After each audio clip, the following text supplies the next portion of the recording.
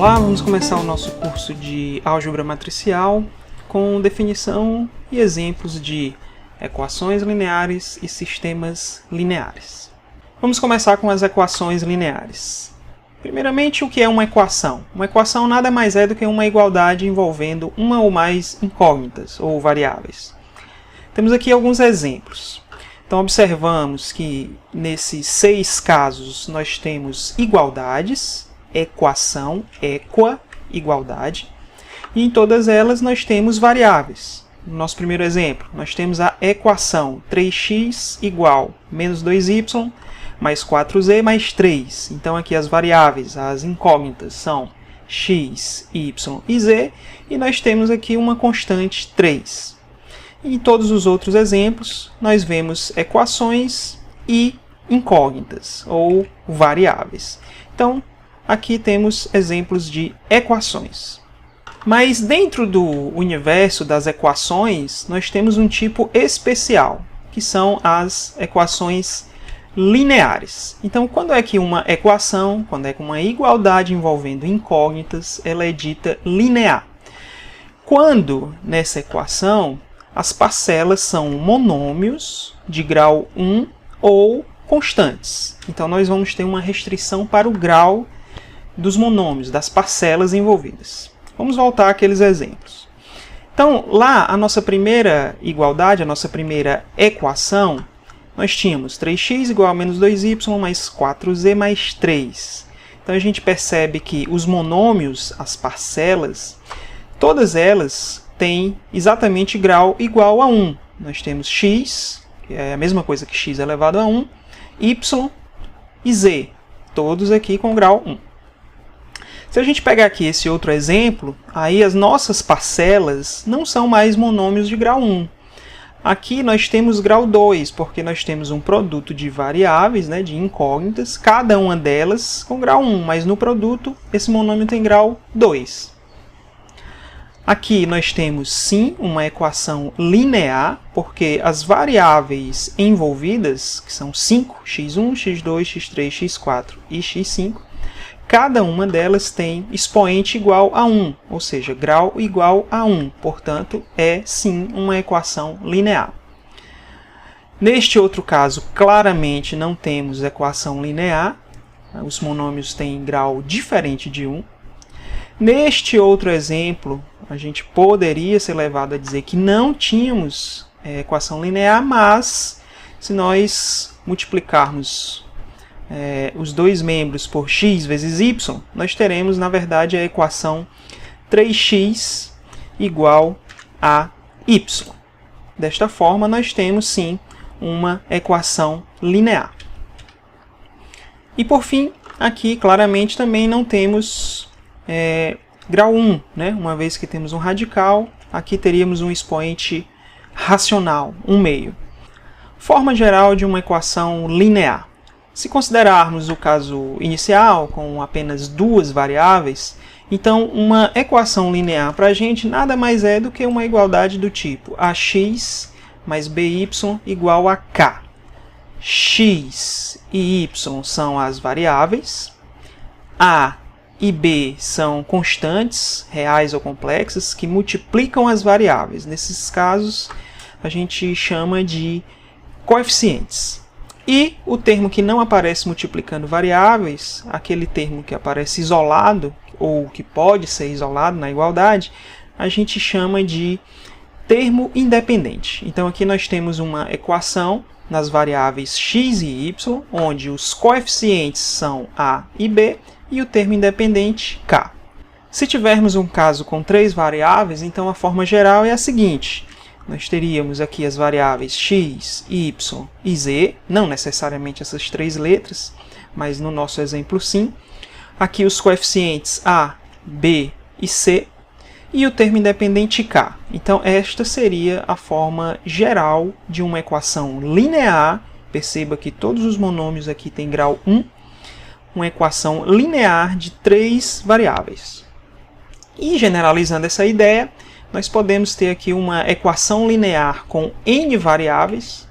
Como o alfabeto pode esgotar antes da nossa quantidade de variáveis, então a gente coloca índice para enumerar a quantidade de variáveis. Então aqui a gente tem as variáveis x1, x2, x3, x4 até xn, seja lá qual for o valor natural do n.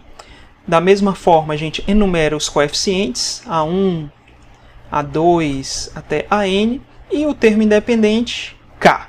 Então aqui nós temos uma equação linear, observe de novo que todas as variáveis são monômios de grau 1, e temos n variáveis. Exemplos. Então aqui nós temos uma equação linear de duas variáveis, x e y, coeficientes 3 e 1, e o termo independente 5. Então essa é uma equação linear nas variáveis x e y. Novamente, observe que o expoente de cada variável é igual a 1. Aqui nós já temos uma equação linear nas variáveis x, y e z, portanto, 3 variáveis, coeficientes 1, 1, menos 2, termo independente 8. E aqui nós temos uma equação linear de 5 variáveis, as variáveis x1, x2, x3, x4 e x5. Coeficientes 2, 3, 4, 5, 1 e termo independente igual a 0. Com relação à solução de uma equação linear, vamos investigar quais as possibilidades que tornam a seguinte igualdade verdadeira. Então, vamos tomar aqui a equação 2x mais y igual a 1 e façamos a seguinte pergunta. Para que valores de x e de y nós teremos essa igualdade verdadeira? Bom, por exemplo, se escolhermos x igual a 0 e y igual a 1, então a igualdade acima ficaria 2 vezes 0, porque x é igual a 0, mais 1, que é o valor de y. 2 vezes 0, 0, mais 1, 1. Então essa seria uma igualdade verdadeira. Se agora tomássemos x igual a 1, y igual a menos 1, então nossa conta seria 2 vezes 1 mais menos 1, e isso seria igual a 1. Novamente teríamos a igualdade verdadeira. Então temos aqui uma outra possibilidade para esta equação. A primeira era x igual a 0 e y igual a 1. Agora temos uma nova possibilidade, x igual a 1 e y igual a menos 1. Uma terceira possibilidade é considerar x igual a menos 1, façamos a substituição, e y igual a 3, façamos a substituição. Fazendo a continha, 2 vezes menos 1 mais 3, certamente igual a 1. Então, novamente, a sentença fica verdadeira. Então, o que nós percebemos? Que, em geral, se você atribuir um valor a x, digamos a, então o valor de y deve ser sempre, para o caso desta equação, deste exemplo, 1 menos 2a. Então, sempre que fizermos essa conta, 2a mais 1 menos 2a, certamente o resultado será 1. E sempre teremos sentença verdadeira. O que isso significa? Significa que a nossa equação 2x mais y igual a 1, ela tem uma infinidade de possibilidades para valores de x e de y.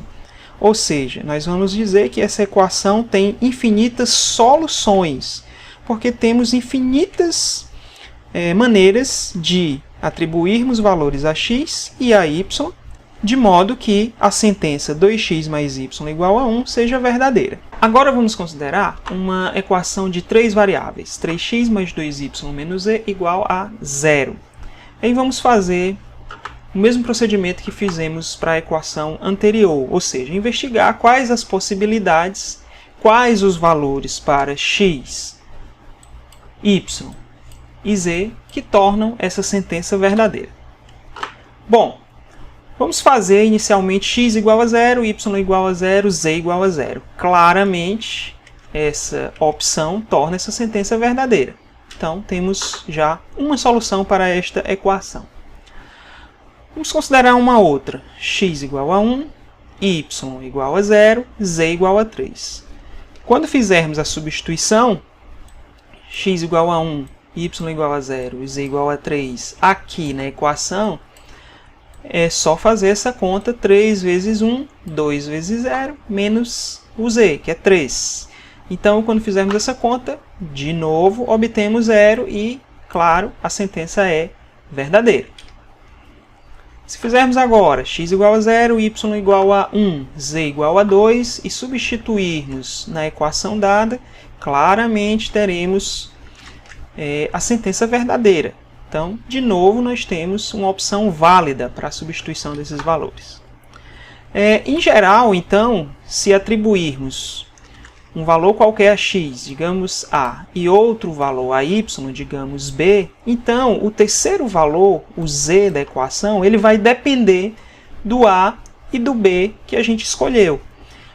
Nessa equação em especial, toda vez que fizermos x igual a y igual a B, então, escolhendo o z na forma 3A mais 2B, isso sempre tornará a sentença verdadeira. Portanto, como no caso anterior, nós temos infinitas soluções para a equação 3x mais 2y menos z igual a 0. Estabelecendo, então, a definição para a solução de uma equação linear, nós temos o seguinte. Se temos a equação na forma geral, uma equação linear de n variáveis, então o que é uma solução para uma equação linear qualquer? É a sequência de números reais ou complexos que, quando substituída no valor das variáveis da equação dada, tornam a sentença verdadeira. Então, dada uma equação linear em uma sequência de números, essa sequência de números será dita solução se, quando alocarmos esses valores, cada um desses valores, na ordem estabelecida, nos locais das variáveis, isso torna a sentença verdadeira. E aí vem uma pergunta natural. Dada uma equação linear qualquer, ela sempre terá solução? Vejamos. Vamos supor que pelo menos um dos coeficientes seja diferente de zero. Se todos os coeficientes forem zero, nós não teremos equação linear. Então, pelo menos um deve ser não nulo. Como podemos supor qualquer um deles, sem perda de generalidade, vamos considerar o último, o AN. Então, se ele é diferente de zero, nós podemos isolar a última parcela do primeiro membro, ANxN, da seguinte forma. ANxN igual a K menos A1x1 menos A2x2 e assim vai até a penúltima parcela antes do ANxN, que é o AN-1 x n-1. Bom, como vimos nos exemplos anteriores, nos casos de 2 e 3 variáveis, nós podemos atribuir valores às variáveis. Então, vamos atribuir a cada uma das variáveis, x1, x2, até xn-1, o valor 0. A partir do momento que fizermos isso, tudo que está aqui no segundo membro vai se resumir agora apenas ao k, porque todas essas parcelas vão se anular, pois estamos atribuindo valor 0 às variáveis. Então, tudo que sobra no segundo membro é o k. Portanto, voltando ao nosso desenvolvimento e isolando agora exatamente o xn, teremos k sobre an, uma vez que o an nós supomos diferente de zero, então podemos fazer essa divisão tranquilamente. Moral da história: atribuímos os valores para todas as variáveis, exceto a última, valor 0, e encontramos o valor da última, que é k sobre a índice n. Então, isso dá a seguinte sequência. As n-1 primeiras variáveis iguais a 0, e a última variável, a gente determinou o seu valor no passo acima, k sobre a índice n. Ou seja, temos uma sequência de números que, alocadas nos valores das variáveis, certamente vai tornar essa igualdade verdadeira. Portanto, temos uma solução para aquela equação. E ela foi encontrada de forma genérica. Não precisamos saber quem são esses coeficientes para concluir que isso sempre vai acontecer. Portanto, toda equação linear sempre possui solução. Agora vamos ao estudo de sistemas lineares. Vamos começar com um exemplo para a gente perceber qual é a importância dos sistemas lineares. Então, vamos supor que um casal entrou numa loja para comprar camisas de time. Aqui nós estamos citando, por acaso, o time mais popular do estado do Ceará, ou ainda o melhor time do estado do Ceará, ou ainda aquele time que mais tem títulos no estado do Ceará. Então, digamos que esse casal, a Bruna e o Edson, entraram na loja do vovô, do mais querido, para comprar camisas. A loja tinha disponível camisas listradas e camisas brancas. A Bruna resolveu comprar 12 camisas brancas, 7 camisas listradas. No total, ela pagou R$ 3.071. Já o Edson resolveu comprar 8 camisas brancas, 10 camisas listradas e pagou um total de R$ 2.842. Sabemos o valor total que cada um gastou. A pergunta é: quanto custa cada camisa, cada unidade? Quanto custa uma unidade da camisa branca? Qual é o valor de uma unidade da camisa listrada? É o que a gente vai tentar desvendar usando o conceito de solução para equações lineares que a gente acabou de ver. Bom, vamos começar implementando um modelo matemático para esta situação. Temos aqui as camisas e vamos colocar os valores praticados nessas compras. Então, a Bruna, primeira cliente, comprou 12 camisas do tipo branca, comprou 7 camisas do tipo listrada e, no total, R$ 3.071. Já o Edson comprou 8 camisas brancas, 10 camisas listradas e pagou um total de R$ 2.842. Vamos montar equações para essas situações, uma equação para cada cliente.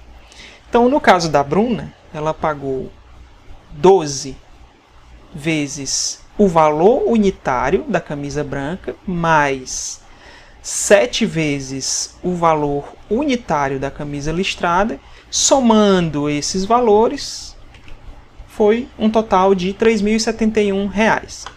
Então, fica claro que B aqui é o valor unitário de uma camisa branca, enquanto L é o valor unitário de uma camisa listrada. Estabelecido isso, se a gente for para a equação do cliente Edson, então vamos ter que 8 vezes B mais 10 vezes L é R$ 2.842. Então, essas são as equações que modelam essa situação. A pergunta é: qual o valor de B, qual o valor de L?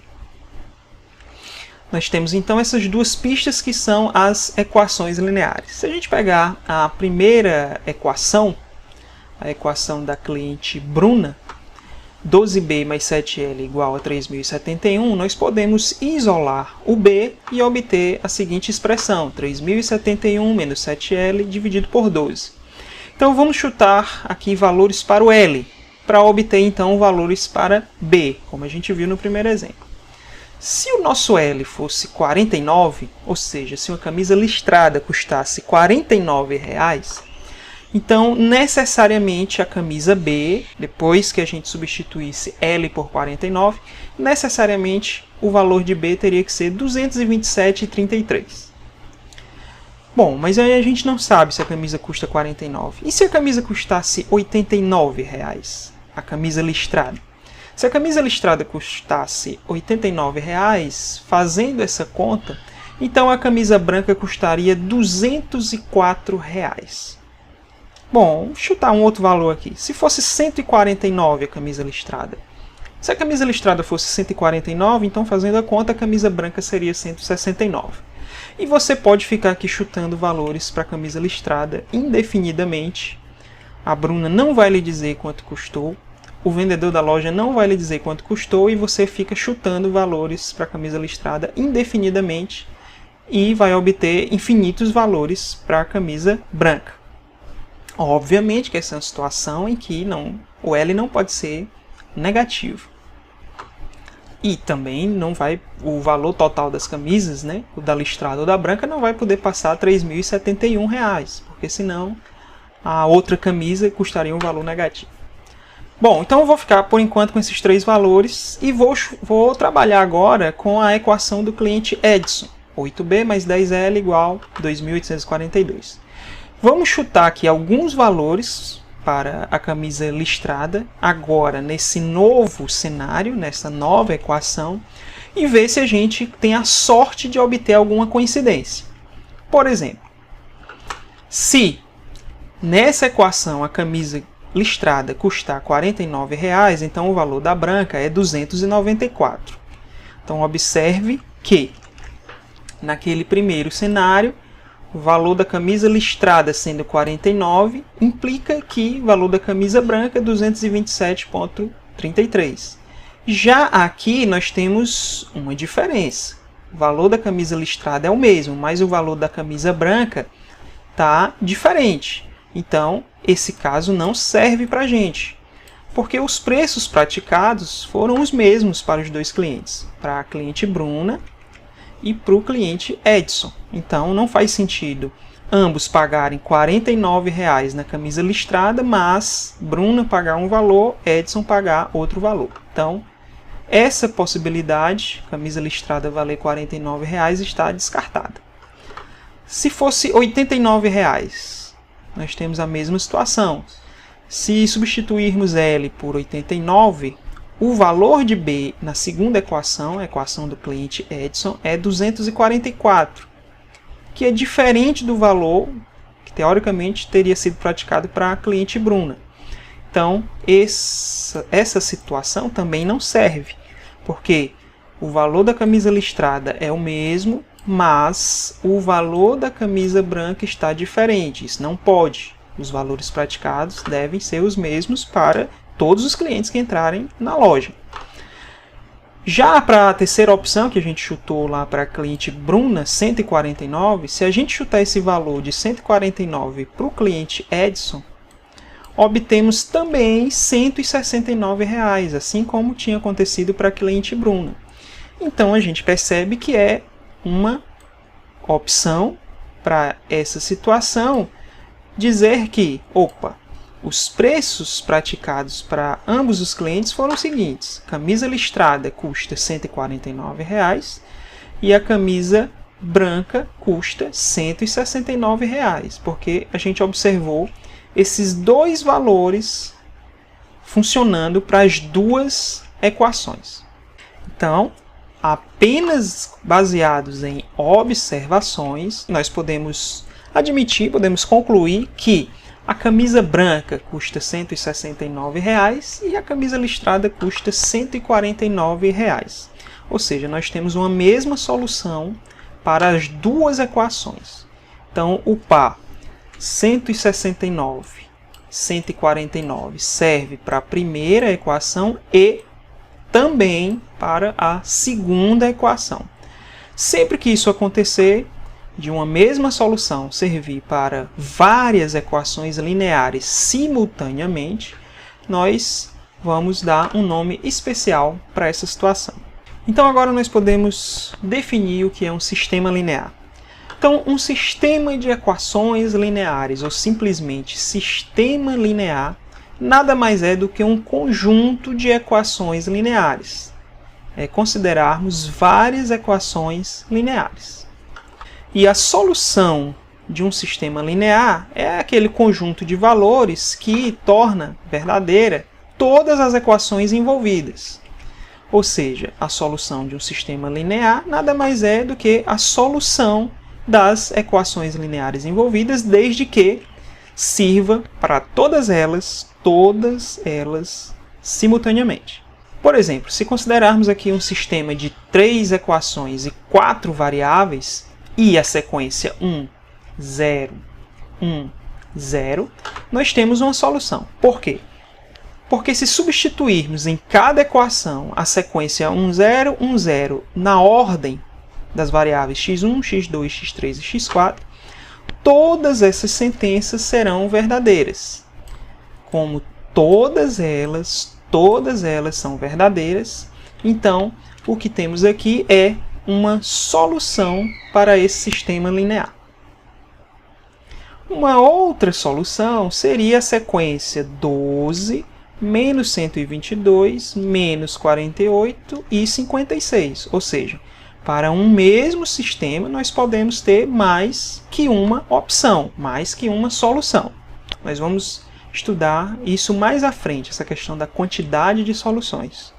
Já nesse exemplo, o sistema linear formado por duas equações e duas variáveis, as variáveis u e v, será que tem a sequência 1 e 2 como solução para essa equação? Bom, se fizermos a substituição, nós vemos que o par 1, 2, nessa ordem, torna verdadeira a primeira sentença, 12 vezes 1 menos 4 vezes 2, 4, mas não serve para a segunda equação. Então, essa sequência 1, 2, ela não é solução para o sistema dado, porque ela não serve para todas as equações simultaneamente. Ela serve apenas para uma parte. Nesse caso, serve apenas para uma das equações. Já se considerarmos esse sistema que tem 4 equações e 4 variáveis, nós temos aqui a seguinte pergunta. A sequência 1, 2, 3, 4. Será que é uma solução para esse sistema? Bom, para responder essa pergunta, a gente teria que fazer a substituição. Quando fazemos essa substituição, a gente observa que a última igualdade não será verdadeira com essa sequência de números, 1, 2, 3 e 4. Essa soma aqui não dá 23. Então, embora a sequência sirva para 3 das equações dadas, mas ela não serve para uma. Não importa. Se não servir para todas e exatamente todas, não serve para ser solução do sistema. Então, essa sequência não é uma solução para o sistema. Mas isso não quer dizer que o sistema não tenha solução. Apenas esta sequência não serve. Pode ser que exista uma sequência que sirva. Isso também é assunto para os próximos vídeos. E nos próximos vídeos, nosso objetivo é responder as seguintes perguntas. Dado um sistema linear S, ele terá solução? Quando um sistema tem solução? Quando é que um sistema não tem solução? Quando existir, como encontrar essa solução? Então continue assistindo nossos vídeos para que possamos obter respostas para essas perguntas. Até a próxima!